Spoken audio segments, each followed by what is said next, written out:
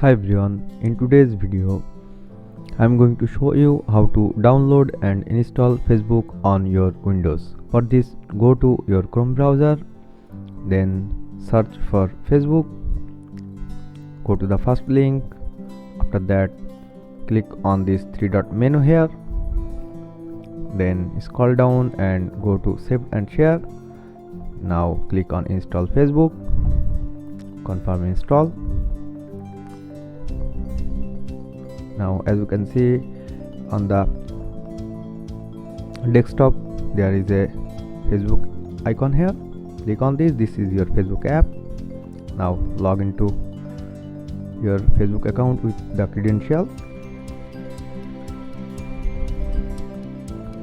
and here is your Facebook. So that's it guys. If this would help you, please don't forget to subscribe, and thanks for watching.